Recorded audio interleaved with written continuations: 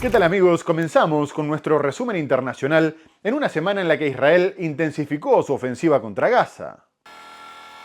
Testigos y grupos de ayuda en Gaza informan de un aumento de los saqueos. El presidente de Estados Unidos, Donald Trump, afirmó el martes que los hutíes de Yemen se rindieron. Negativa de Ucrania a la tregua propuesta por el presidente de Rusia, Vladimir Putin, entre el 8 y el 10 de mayo. India bombardeó el miércoles de madrugada varias zonas de Pakistán. El líder conservador alemán Friedrich Merz fue elegido jefe de gobierno en una votación en el Parlamento. Junto al candidato inhabilitado, así ha votado George Simeón, que se perfila como vencedor en esta primera vuelta. Ambos son nacionalistas, euroescépticos, prorrusos y de extrema derecha. El presidente estadounidense Donald Trump anunció aranceles del 100% a las películas exhibidas en Estados Unidos, pero producidas fuera del país. Estados Unidos brindará una asistencia de viaje y pagará $1.000 a migrantes para que se autodeporten. Y vamos a comenzar el programa en Medio Oriente, porque Israel continuó con sus bombardeos contra la Franja de Gaza, por lo que cientos de personas perdieron la vida en la última semana, mientras que el ejército comunicó que movilizaría a decenas de miles de reservistas para reforzar su ofensiva, aunque aclaró que estos serían desplegados en otros frentes, como el Líbano, Siria o Cisjordania, mientras que a Gaza serían enviados únicamente los miembros permanentes del ejército. A su vez, el gobierno reiteró que si bien el rescate de los rehenes era muy importante, el objetivo final era la victoria total sobre sus enemigos. La presión militar extrema sobre el enclave persigue la realización del plan de Donald Trump, que pretende expulsar a los palestinos para tomar el control del territorio, pero de cualquier forma acusó a Qatar, uno de los mediadores, de no haber persuadido lo suficiente a Hamás para que aceptara las propuestas para un alto al fuego. A su vez, Israel generó polémica al comenzar con una demolición a gran escala de los campos de refugiados de Tulkarem y Nur Shams, al norte de Cisjordania, tras haberlo hecho con las viviendas de Jenin, lo que la Autoridad Nacional Palestina denunció como una operación de desplazamiento forzado y un crimen contra la población civil. Pero lo que despierta la indignación de la comunidad internacional es el bloqueo contra Gaza, que ya dura 2 meses, lo que se denuncia como un intento de utilizar el hambre como un arma de guerra y como castigo colectivo, mientras se advierte que alrededor de 60.000 niños sufren desnutrición. Esta semana murió uno por este motivo.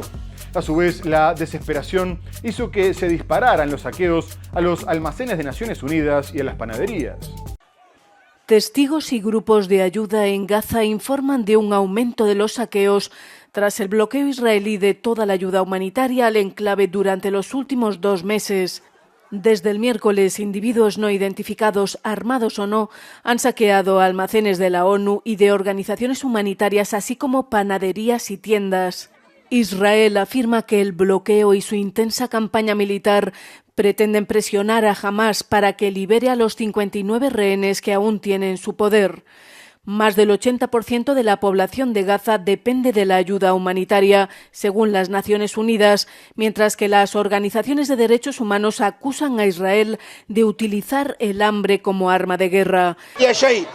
No hay nada, no podemos, dice este voluntario.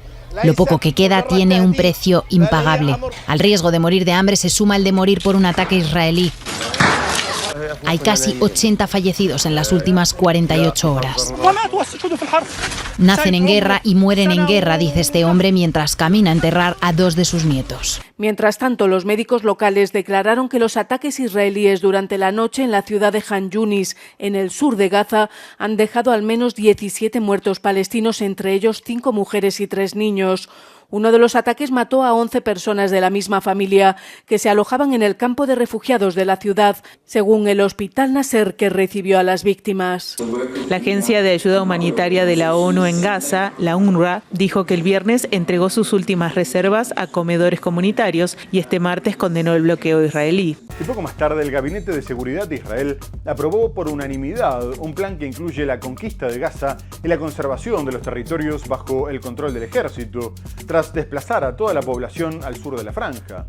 Además, se evalúa el levantamiento del bloqueo al enclave, aunque la distribución de la ayuda estaría a cargo de empresas privadas y no de las organizaciones humanitarias. Un alto cargo de defensa comunicó que el ejército permanecería en cada área que fuera conquistada para prevenir el regreso del terrorismo. y manejará las zonas según el modelo de Rafah, donde se eliminaron las amenazas después de destruir todos los edificios y desplazar o asesinar a la población. A su vez, el ministro de Patrimonio de extrema derecha, Amiyal Eliyahu, llamó a bombardear las reservas de alimentos y combustible para matar de hambre a la población, mientras que el de Finanzas, Bezalel Smotrich, dijo que iban a dejarle de temer a la palabra ocupación y que no se iban a retirar de los territorios conquistados ni siquiera a cambio de los rehenes.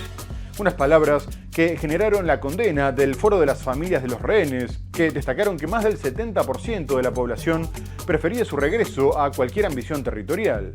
Asimismo, el plan también generó el rechazo de la oposición israelí, de los palestinos, de potencias europeas y de organizaciones de Naciones Unidas encargadas de coordinar la entrega de la ayuda humanitaria, que denunciaron que Israel estaba intentando usar la asistencia como una herramienta de chantaje político.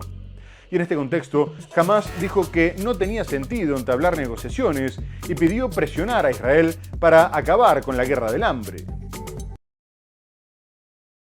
El Gabinete de Seguridad israelí aprobó el lunes un plan para expandir las operaciones militares en Gaza, que según un alto funcionario incluye la conquista del territorio palestino y el desplazamiento de la población.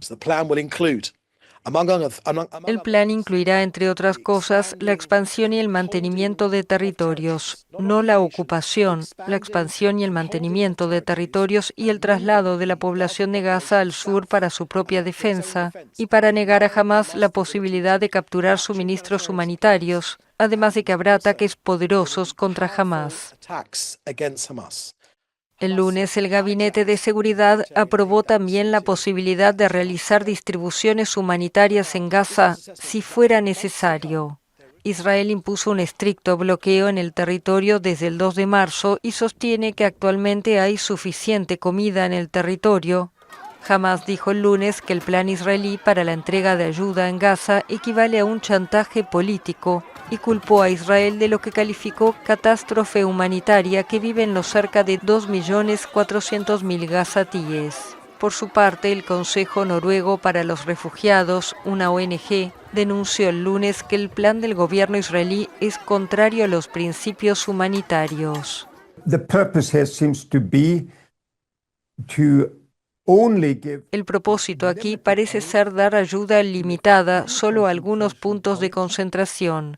El Foro de las Familias de los Rehenes capturados por Hamás el 7 de octubre declaró que el plan anunciado sacrifica a los rehenes. Mientras tanto, un misil hipersónico lanzado por los rebeldes hutíes de Yemen impactó en el aeropuerto Ben Gurion, en Tel Aviv, dejando 6 heridos, aunque ninguno de gravedad. Las autoridades comunicaron que habían realizado varios intentos de interceptar el proyectil, que se convirtió en el primero en alcanzar la ciudad en más de un año y medio.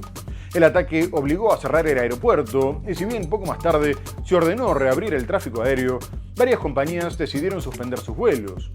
Por su parte, el vocero militar de los rebeldes, Yahya Zarea, les advirtió a las aerolíneas internacionales que los aeropuertos del país no eran seguros porque seguirían atacándolos y afirmó que los resultados de la operación habían sido la interrupción de los vuelos, la huida de más de 3 millones de sionistas a los refugios y el fracaso de las defensas antiaéreas, tanto israelíes como de Estados Unidos.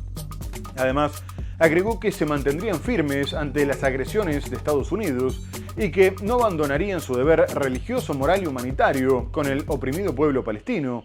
Y más tarde Hamás les agradeció la solidaridad, deseando gloria a Yemen y a Palestina. A su vez, el primer ministro Benjamin Netanyahu dijo que ya habían actuado contra ellos en el pasado y que lo harían en el futuro en conjunto con Estados Unidos, mientras que el ministro de Defensa, Israel Katz, afirmó que quien los atacara sufriría 7 veces el daño causado. Asimismo, se destaca que algunos miembros del gobierno y del ejército piden que se ataque directamente a Irán, aliado de los rebeldes, pero Netanyahu dijo que si bien lo terminarían haciendo, no era el momento. El Gabinete de Seguridad israelí mantuvo reuniones urgentes para discutir el ataque rebelde hutí, que tuvo como objetivo el aeropuerto de Ben Gurion, cerca de Tel Aviv.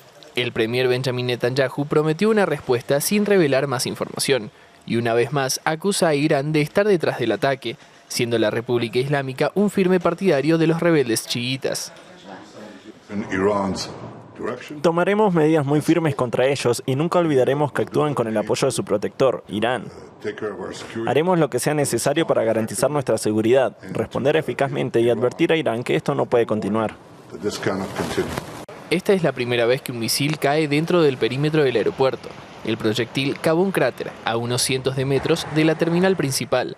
Según los servicios de rescate israelíes, 6 personas resultaron levemente heridas y el tráfico aéreo se interrumpió antes de volver a la normalidad por la tarde. Como medida de seguridad, varias aerolíneas han suspendido sus vuelos a Israel hasta el martes o miércoles, como British Airways. Los rebeldes hutíes, que detuvieron sus ataques durante 2 meses, han reanudado el lanzamiento de misiles contra Israel e informaron más medidas.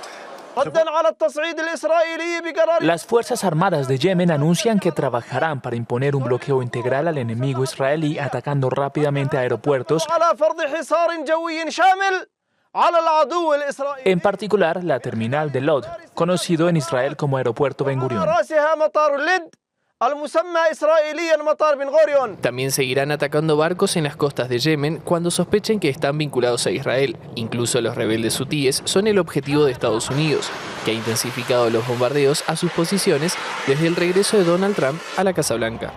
Y unas horas más tarde llegó la respuesta de Israel contra Yemen, bombardeando el puerto de Hodeida y el aeropuerto internacional de Saná, lo que dejó varios muertos y las instalaciones destruidas e inutilizadas.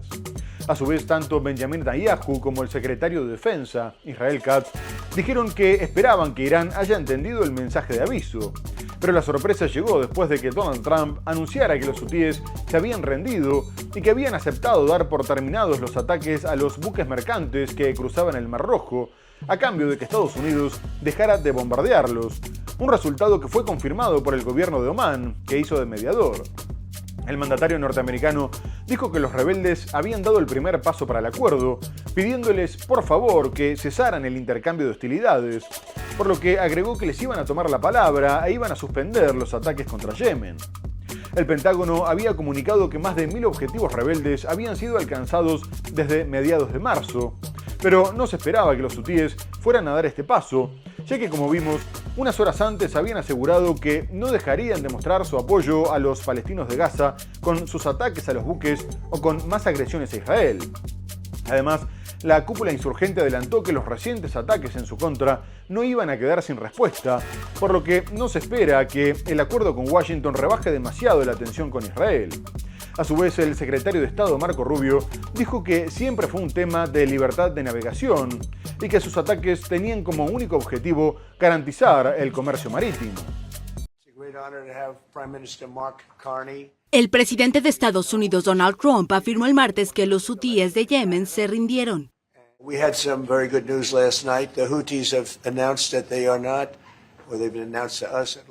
Anoche recibimos muy buenas noticias. Los hutíes anunciaron que no. Bueno, al menos nos anunciaron a nosotros que ya no quieren luchar. Simplemente no quieren luchar y cumpliremos con su promesa y detendremos los bombardeos. Han capitulado, pero lo más importante es que les tomaremos la palabra. Dicen que ya no volarán barcos y ese era el propósito de lo que hacíamos. Así que son solo noticias, nos acabamos de enterar. Así que creo que es muy positivo. Estaban derribando muchos barcos que, como saben, navegaban maravillosamente por los distintos mares. They were knocking out a lot of ships going, as you know, sailing beautifully down the various seas. El gobierno de Omán, que intervino como mediador entre ambas partes, informó que los rebeldes hutíes de Yemen y Estados Unidos llegaron a un acuerdo de alto al fuego, por lo que ninguna de las partes tendrá como objetivo a la otra, incluyendo los navíos estadounidenses en el Mar Rojo. Los ataques de los hutíes alteraron el paso de barcos por el Canal de Suez, una ruta que transporta normalmente cerca del 12% del tráfico marítimo mundial. Estados Unidos comenzó a realizar ataques contra los hutíes a principios de 2024, bajo la presidencia del demócrata Joe Biden, y la administración del republicano Trump, que asumió en enero, ha lanzado nuevos ataques contra los rebeldes desde el 15 de marzo. El Pentágono dijo la semana pasada que los ataques estadounidenses han alcanzado más de 1000 objetivos en Yemen desde mediados de marzo. Pero Israel sigue sumando frentes y continuó con los ataques contra territorio sirio, por lo que Naciones Unidas expresó su preocupación por la posibilidad de una nueva escalada y un incremento de la inestabilidad regional, aunque por ahora las nuevas autoridades sirias decidieron no responder. El secretario general de la organización, Antonio Guterres, condenó los ataques israelíes contra este país, destacando que violaban su soberanía y podrían exacerbar las tensiones sectarias. A su vez, llamó a Israel a que respetara su unidad, su integridad territorial y su independencia. Poco antes, Israel había bombardeado las inmediaciones del Palacio Presidencial en Damasco, afirmando que se trataba de un llamado de atención a las nuevas autoridades, por lo que no se registraron ni muertos ni heridos. Y previamente había apuntado contra milicianos y soldados del ejército, después de que se denunciara una escalada de violencia sectaria contra los drusos al sur de la capital, que había derivado en la muerte de 72 personas. El primer ministro Benjamin Netanyahu comunicó que no permitiría que las fuerzas sirias se desplegaran al sur de Damasco o que amenazaran a la comunidad drusa, por lo que tenían que enviar un mensaje claro. Además, el ejército anunció el despliegue de efectivos al sur de Siria y la destrucción de armas en todo el país, incluyendo cañones antiaéreos y lanzadores de misiles tierra-aire. Tras la caída del gobierno de Bashar al-Assad, Israel ya bombardeó Siria cerca de 800 veces, preocupado por el pasado islamista radical del nuevo mandatario, Ahmed al-Jarrah, y aumentó la zona que ocupa en territorio sirio.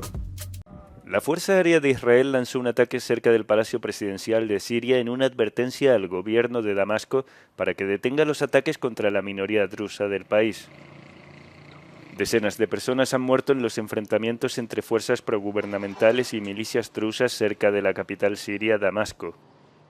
Los enfrentamientos estallaron después de que circulara en las redes sociales un clip de audio de un hombre criticando al profeta del Islam, Mahoma.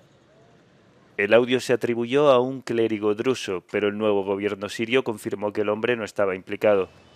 El primer ministro israelí Benjamin Netanyahu declaró que el ataque aéreo suponía una advertencia directa a las autoridades sirias. El gobierno sirio ha arremetido contra lo que ha calificado como intervención extranjera en su país. También describieron el ataque israelí como una escalada peligrosa y un intento de desestabilizar el país. El secretario general de la ONU, Antonio Guterres, condenó el viernes los continuos ataques de Israel en territorio sirio, calificándolos de violación de la soberanía de Siria.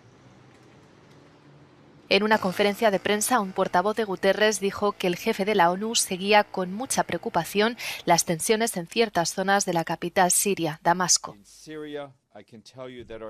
He condemns all violence against civilians, including acts which could risk inflaming sectarian tensions. In this context, he also condemns Israel's violation of Syria's sovereignty, including the latest airstrikes near the presidential palace in Damascus. It is essential that these attacks stop and that Israel respects Syria's sovereignty, its unity, its territorial integrity and its independence. Y ahora nos vamos a ir de Medio Oriente para hablar de la guerra en Ucrania, dado que su mandatario Volodymyr Zelensky rechazó la tregua propuesta por su par ruso Vladimir Putin, que pretendía que el alto el fuego abarcara del 8 al 10 de mayo, con el objetivo de poder celebrar sin inconvenientes los 80 años de la victoria sobre la Alemania nazi. No obstante, Zelensky desestimó las treguas de corta duración, tras la que tuvo lugar durante la Pascua Ortodoxa, afirmando que se negaba a jugar con las treguas propuestas por Rusia porque no eran más que un gesto teatral, y que no podía garantizar la seguridad de los cerca de 20 jefes de Estado que acudirían al evento, entre los que se encuentran el brasileño Luis Ignacio Lula da Silva y el chino Xi Jinping, lo que el Kremlin consideró como una amenaza directa. Tras estas palabras, el vocero del Kremlin, Dmitry Peskov, respondió que, de todas maneras, estaban esperando declaraciones definitivas y acciones encaminadas a una desescalada durante los días festivos. Desde que aceptó el alto al fuego incondicional propuesto por Estados Unidos, Kiev sostiene que este tendría que durar por lo menos 30 días, ya que de lo contrario no serviría para llegar a ningún acuerdo de paz, mientras que Rusia afirma que se tendría que asegurar de que la tregua no se utilizara para que Ucrania se rearmara y mejorara sus posiciones en el frente. De cualquier forma, las posturas todavía están demasiado alejadas, dado que Rusia reclama la totalidad de las regiones recientemente anexadas y Kiev afirma que no va a ceder territorio. Mientras tanto, Putin aseguró que contaban con suficientes recursos para imponerse en la guerra sin tener que usar armas nucleares, aunque pretendían provocarlos para que cometieran errores. Доброго дня. Шановні колеги, Negativa de Ucrania a la tregua propuesta por el presidente de Rusia, Vladimir Putin, entre el 8 y el 10 de mayo. El mandatario ucraniano Volodymyr Zelensky afirmó no estar dispuesto a jugar con este tipo de ceses de hostilidades, estimando que son demasiado cortos para conversar seriamente sobre una salida al conflicto. Zelensky consideró que la última tregua propuesta por Putin es un gesto teatral. Este año se prevé que una veintena de dirigentes acompañen al mandatario ruso el 9 de mayo en Moscú con motivo de los 80 años del triunfo de la Unión Soviética contra Hitler. Entre ellos figuran el presidente de Brasil, Luis Inácio Lula da Silva, y el de China, Xi Jinping. También se espera la presencia de dirigentes de países socios como Bielorrusia, Cuba, Venezuela y Kazajistán. Zelensky subrayó que Kiev no podrá garantizar la seguridad de los dirigentes presentes, un comentario calificado como amenaza directa por la diplomacia rusa. Kiev pide un alto al fuego total e incondicional como requisito a toda negociación con el Kremlin, que se muestra reticente a una tregua prolongada, ya que su ejército está ahora mismo en ventaja en el frente y no quiere darle un respiro a Ucrania para que retome fuerzas. En paralelo, Putin declaró este domingo que Rusia tiene suficiente fuerza y recursos para ganar la guerra en Ucrania y se refirió nuevamente al asunto de las armas nucleares.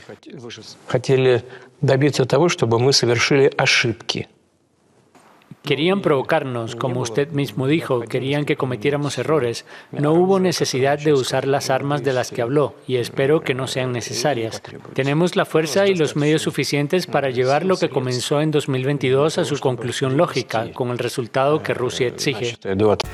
A pesar del rechazo de Zelensky a la tregua y sus amenazas contra el desfile del Día de la Victoria, Rusia comunicó que seguiría respetando el alto al fuego, aunque se defendería de eventuales ataques. Además, después de que se anunciara el intento de comprar misiles HIMARS, el Kremlin le advirtió a Estados Unidos que si pretendía acabar con la guerra, la venta de ese armamento iba en la dirección contraria.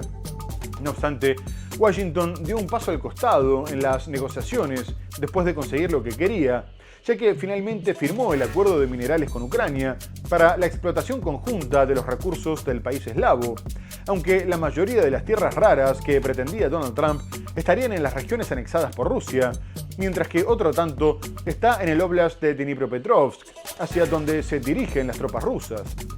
Washington lo ve como una forma de compensar los recursos militares y financieros que le destinó a Kiev en los últimos años, pero ninguno de los dos consiguió todo lo que quería, ya que el primer ministro ucraniano, Denis Shmyhal, aclaró que no se estaba reconociendo la ayuda estadounidense como una deuda, como reclamaba la Casa Blanca, y tampoco Washington se comprometió a brindar garantías concretas de seguridad. De cualquier forma, unas horas antes de la tregua, ambos países continuaban con los bombardeos, incluso contra sus capitales, y Rusia seguía avanzando en Donetsk y Sumy, mientras se defendía de un nuevo intento ucraniano de tomar territorio ruso en otra zona de la región de Kursk. No obstante, se destacó un acuerdo para el intercambio de prisioneros. Madrugada de tensión en Rusia. Ucrania lanzó una andanada de más de 100 drones contra ese país. El ataque estuvo dirigido principalmente contra Moscú y obligó a cerrar o restringir la operativa de varios aeropuertos durante algunas horas. Del lado ucraniano se registraron ataques rusos en Odessa y en Kharkov. Rusia lanzó un misil y una andanada de aviones no tripulados contra Ucrania durante la noche del miércoles, matando al menos a 2 personas, según los funcionarios ucranianos. La administración militar de la ciudad de Kiev dijo que 8 personas resultaron heridas, entre ellas 4 niños. El ataque se produjo menos de un día antes del alto el fuego unilateral de 72 horas que el presidente ruso, Vladimir Putin, había anunciado para coincidir con las celebraciones en Moscú del Día de la Victoria en la Segunda Guerra Mundial. El Kremlin reiteró el martes que sigue adelante con la tregua de 3 días que propuso para coincidir con el desfile, algo que según Ucrania es un mero intento de Moscú por garantizar la seguridad del evento. Pese a la tensión, el Ministerio de Defensa ruso anunció el martes el canje de 205 prisioneros de guerra ucranianos por otros tantos rusos. Rusia afirma que la posibilidad de paz en Ucrania se retrasaría si Occidente le da a Kiev más armas, en especial misiles Patriot. En cualquier caso, el continuo suministro de armas al régimen de Kiev retrasa las perspectivas de un acuerdo y provoca una escalada de la situación y la matanza. Por su parte, la Unión Europea propondrá en junio la prohibición a partir de finales de 2025 de las importaciones derivadas de los nuevos acuerdos de gas rusos. Y a los conflictos armados en torno a Israel y a Ucrania se sumó un tercero, después de que la India haya disparado misiles contra varias zonas de Pakistán, como represalia por un ataque terrorista 2 semanas antes, en la Cachemira administrada por Nueva Delhi, y que dejó 26 muertos. El gobierno de Narendra Modi informó que habían atacado 9 bases terroristas y que ordenaría cortar el agua de los ríos que se dirigían al territorio de su vecino, en un intento de acabar con los atentados transfronterizos y hacer rendir cuentas. Pero Islamabad aseguró que no tenía nada que ver con el hecho y que se defendería con fuerza. Apenas se supo del bombardeo indio, se comunicó la muerte de 20 civiles y alrededor de 50 heridos, mientras que Pakistán comenzó una serie de disparos de artillería que también dejaron 10 fallecidos del lado indio de Cachemira, al tiempo que derribaron 5 aviones. Poco más tarde, el vocero del gobierno pakistaní afirmó que el ataque de la India había sido un acto de guerra no provocado, apuntando contra civiles y mezquitas, y pidió que el mundo le hiciera rendir cuentas a Nueva Delhi por encender un infierno en la región, mientras que el mandatario indio destacó que habían evitado atacar instalaciones militares, lo que hacía que la respuesta fuera calibrada. Y en este contexto se disparó la preocupación internacional por una posible guerra abierta entre las dos potencias nucleares.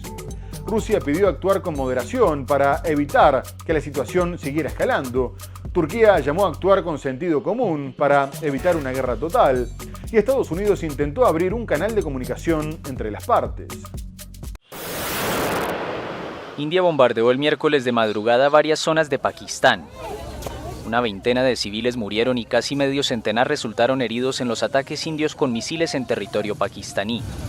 Tras el intercambio de disparos de artillería entre ambos países, una decena de personas murieron y una veintena resultaron heridas en la parte de Cachemira administrada por India y cerca de la frontera de facto con Pakistán. El ejército de Pakistán señaló que además derribó 5 aviones indios en el espacio aéreo de India. El ataque ocurre en un contexto de máxima tensión desde el atentado cometido en la Cachemira India el 22 de abril, que terminó con la vida de 26 hombres. Cachemira es una región de mayoría musulmana dividida entre India y Pakistán, disputada por ambos países desde que se independizaron del Reino Unido en 1947.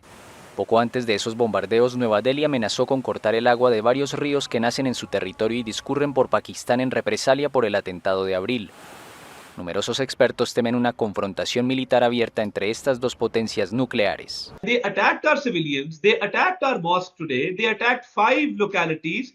Pakistan will now respond and respond very, very effectively. Make no mistake, because our desire for peace should not be mistaken for our weakness. En medio de estos anuncios, el presidente estadounidense Donald Trump afirmó esperar que los enfrentamientos entre India y Pakistán terminen muy pronto. Sabes, han estado luchando durante muchas décadas y siglos en realidad, si lo piensas bien. Solo espero que termine muy pronto. Muy bien amigos, tenemos que hacer una breve pausa comercial y enseguida regresamos para hablar del nuevo gobierno alemán, de las medidas comerciales y migratorias de Donald Trump y mucho más. No se vayan, ya volvemos.